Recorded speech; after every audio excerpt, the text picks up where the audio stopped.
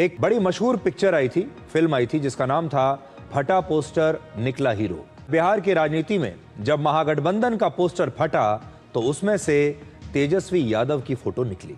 तेजस्वी यादव को महागठबंधन की तरफ से मुख्यमंत्री का चेहरा घोषित कर दिया गया और महागठबंधन की सरकार बनने पर अब 2 उप मुख्यमंत्री भी बनाए जाएंगे। इनमें से एक उप मुख्यमंत्री विकासशील इंसान पार्टी के नेता मुकेश सहनी होंगे, जबकि दूसरे उप मुख्यमंत्री का नाम तब तय किया जाएगा जब बिहार चुनाव के नतीजे आ जाएंगे। और नतीजे जब आएंगे तो हो सकता है कि दूसरे मुख्यमंत्री का नाम तय करने की नौबत आए ही नहीं। तेजस्वी यादव को मुख्यमंत्री का चेहरा बनाकर यह बताने की कोशिश की गई है कि महागठबंधन के बीच में, सब पार्टियों के बीच में जो झगड़ा हो रहा था वो अब समाप्त हो गया है। लेकिन अब इस प्रेस कॉन्फ्रेंस को लेकर ही महागठबंधन में विवाद शुरू हो चुका है। आप इन तस्वीरों को देखिए। इन पोस्टर्स और बैनर्स में सिर्फ तेजस्वी यादव की तस्वीरें हैं, लेकिन इनमें कहीं पर भी राहुल गांधी की तस्वीर नहीं है। आमतौर पर जब कोई गठबंधन एक जॉइंट प्रेस कॉन्फ्रेंस करता है तो उसमें सभी सहयोगी दलों के नेताओं की तस्वीरें होती हैं, या कम से कम जो बड़े नेता होते हैं उनकी तस्वीरें तो जरूर होती हैं। लेकिन इस प्रेस कॉन्फ्रेंस के बैनर को देखकर ऐसा लगता है कि अब महागठबंधन का एक ही चेहरा है और वो है तेजस्वी यादव। और ये सब कुछ कांग्रेस के वरिष्ठ नेता अशोक गहलोत की मौजूदगी में उनके सामने हो रहा था। राहुल गांधी आज की इस प्रेस कॉन्फ्रेंस में नहीं आए और महागठबंधन के झगड़े को खत्म करने की जिम्मेदारी अशोक गहलोत पर डाल दी गई। अशोक गहलोत पहले लालू यादव के परिवार से मिल चुके हैं। वो लालू यादव से मिले, राबड़ी यादव से मिले और तेजस्वी यादव से भी मिल चुके हैं। हालांकि ऐसा लगता है कि इस झगड़े को खत्म करने के लिए कांग्रेस को बहुत बड़ा कॉम्प्रोमाइज करना पड़ा, समझौता करना पड़ा और एक बड़ी कीमत कांग्रेस को चुकानी पड़ी है। लेकिन इस समय यह कहना पड़ेगा कि विपक्ष के पास और कोई विकल्प नहीं है, उनके पास कोई चेहरा नहीं है।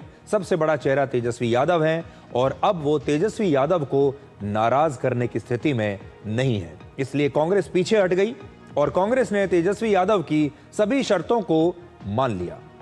तो सबसे पहले आप याद कीजिए, तेजस्वी यादव ने कांग्रेस को सिर्फ 61 सीटें दी और आरजेडी के लिए 143 सीटें उन्होंने रख ली। अब वो खुद मुख्यमंत्री का चेहरा भी बन गए हैं।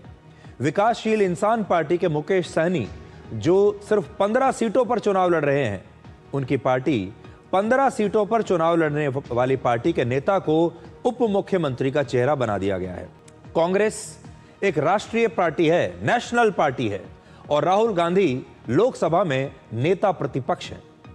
लेकिन ऐसा लगता है कि बिहार की राजनीति में राहुल गांधी का कद तेजस्वी यादव के सामने काफी छोटा हो गया है और इसीलिए उन्हें समझौता करना पड़ा। आज इतना मैं जरूर कहना चाहूंगा कि तेजस्वी यादव भले ही महागठबंधन के सबसे बड़े नेता हैं, बिहार में तो सबसे बड़े चेहरा उनका है ही, बिहार में वो सबसे बड़े नेता भी हैं और विपक्ष के पास उनके अलावा कोई और विकल्प नहीं है बीजेपी के सामने, नीतीश कुमार के सामने उतारने का।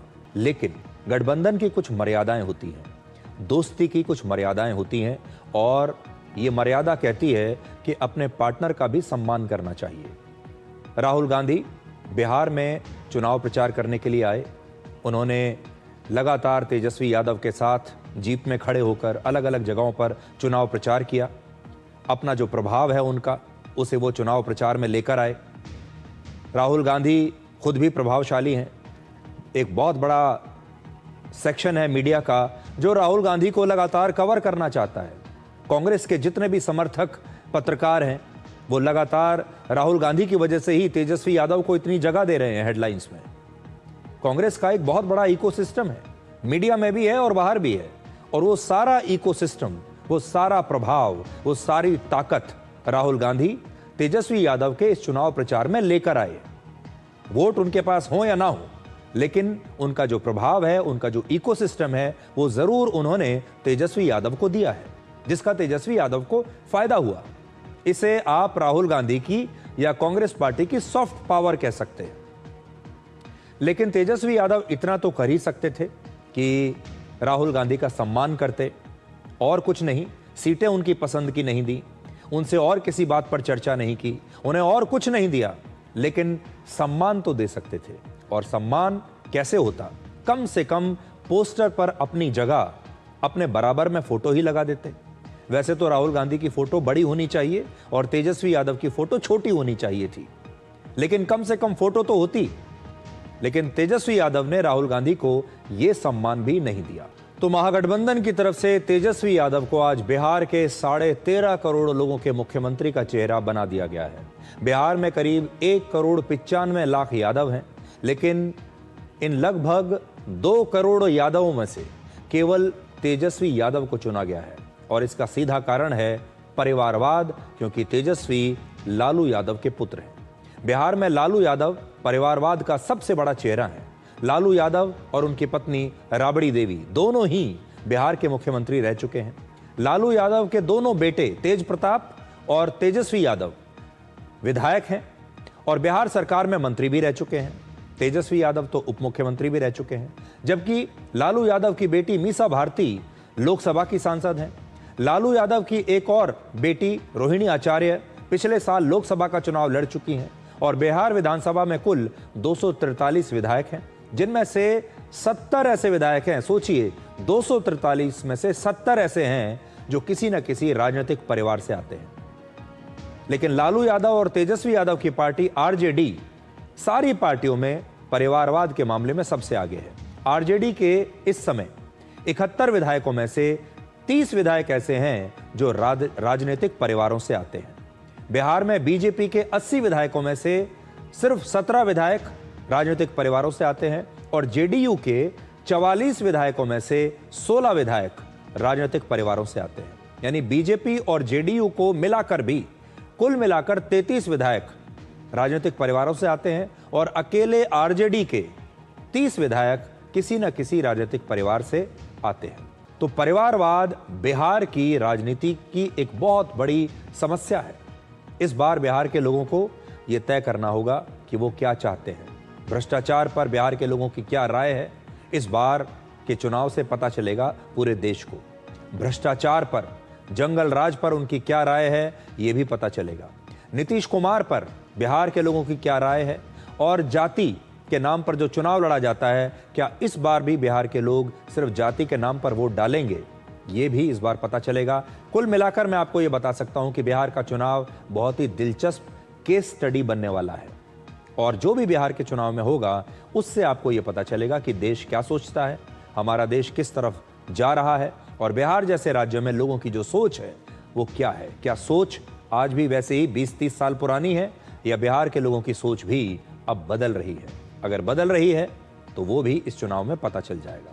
लेकिन अब हम बिहार की एक और सामाजिक समस्या का विश्लेषण करेंगे और ये है नौकरियों की कमी। बिहार में नौकरियों की भारी कमी है और इसीलिए हर साल बिहार से हजारों लोग काम की तलाश में दूसरे राज्यों में जाते हैं।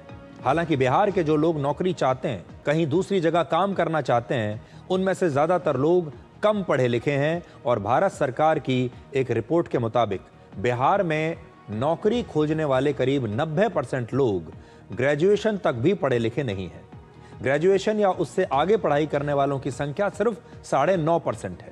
इन 90% लोगों में ज्यादातर या तो दिहाड़ी मजदूर होते हैं या फिर असंगठित क्षेत्र में काम करने वाले लोग होते हैं या फिर कोई छोटा मोटा कारोबार करते हैं। इस रिपोर्ट के मुताबिक बिहार के दिहाड़ी मजदूरों की आमदनी देश के औसत दिहाड़ी मजदूरों से ज्यादा है। यानी बिहार के जो लोग हैं जो बाहर काम करने के लिए जाते हैं वो पढ़े लिखे तो कम है, लेकिन उनकी कमाई बाकी देश के लोगों से ज्यादा है। तो यहां पर आप ये देख लीजिए कि कुछ ना कुछ बात तो बिहार के लोगों में होगी कि पढ़ाई के मामले में तो वो बाकी के देश के लोगों से पीछे हैं। पढ़ाई उनकी कम है लेकिन पैसा वो ज्यादा कमाते हैं, आमदनी उनकी बाकियों से ज्यादा है। अभी सब्सक्राइब कीजिए 9 PM तक, क्योंकि अब वक्त है सच देखने का। क्योंकि यहाँ खबरें नहीं बेची जाती, यहाँ सच दिखाया जाता है। तो हर रात सच के साथ रहिए। देश का भरोसेमंद न्यूज चैनल 9 PM तक।